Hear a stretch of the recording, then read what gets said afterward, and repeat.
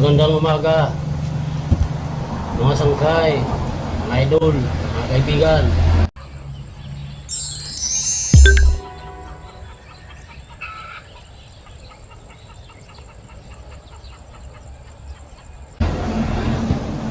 Doon sa mga nakakaparod ng mga video ko, araw-araw talaga nandito ko sa Sari-Sari Store.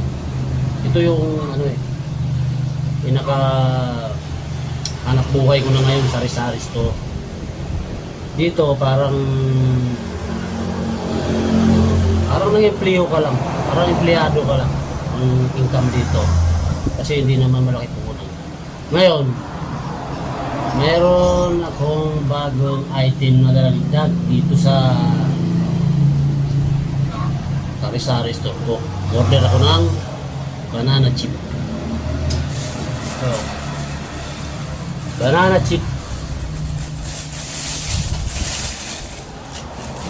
Ito.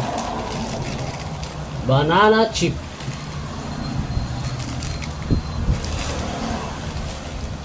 So, ang alam ko nito, lulutuin ka nito, hilaw. Hilaw po ito niluluto. Yung hilaw na saging, hindi hinog. Ngayon ito, kaya ganito ang kulay nito. Kasi ang flavor nito, cheese. Cheese flavor. Flavor cheese, kaya ganito kulay. Inaangkat ko ito ng 4 pesos ang isa. Binibenta ko naman dito sa restaurant ng 5 pesos. Naangkat ko ng 4 pesos, bibenta ko ng 5 pesos. So, kada putos, kada balot, meron akong piso. Ganun lang. Ganun lang ang Sari-Sari Store, mga idol. Piso-piso lang. Order ako ng... Hindi. Meron lang akong 100. 100 lang pala piraso to. So, pag naibenta lahat to, meron lang akong 100. Pero ang puhunan nito, 400. 400 ang puhunan. Kasi 100 piraso sa 4. O di, 400 lahat yan. Bibinta ko tayo 5. Pag naubos yung 400, meron na akong 100. Diba? Kasi 100 piraso. Ang puhunan, 400. Binta ko tag 5. Magiging 500 ngayon to. Ang 100. So, ang puhunan ko na 400. Nakikita lang ako ng 100. Ganun lang kasimple mga ito. Piso-piso lang. Piso-piso lang. Banana chip. Ito po marami ito dito. Maraming gumagawa dito sa Karigara dito. Banana chip. Tapos yan. Ito, nilalagay ko yan sa garapon. Ito. Yo! Sa garapon nilalagay ang mga idol. Yan.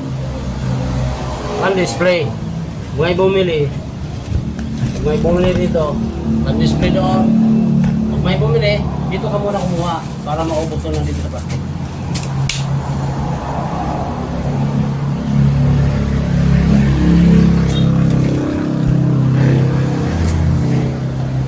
Kalaban ko dito sa Sari-Sari Store, antok.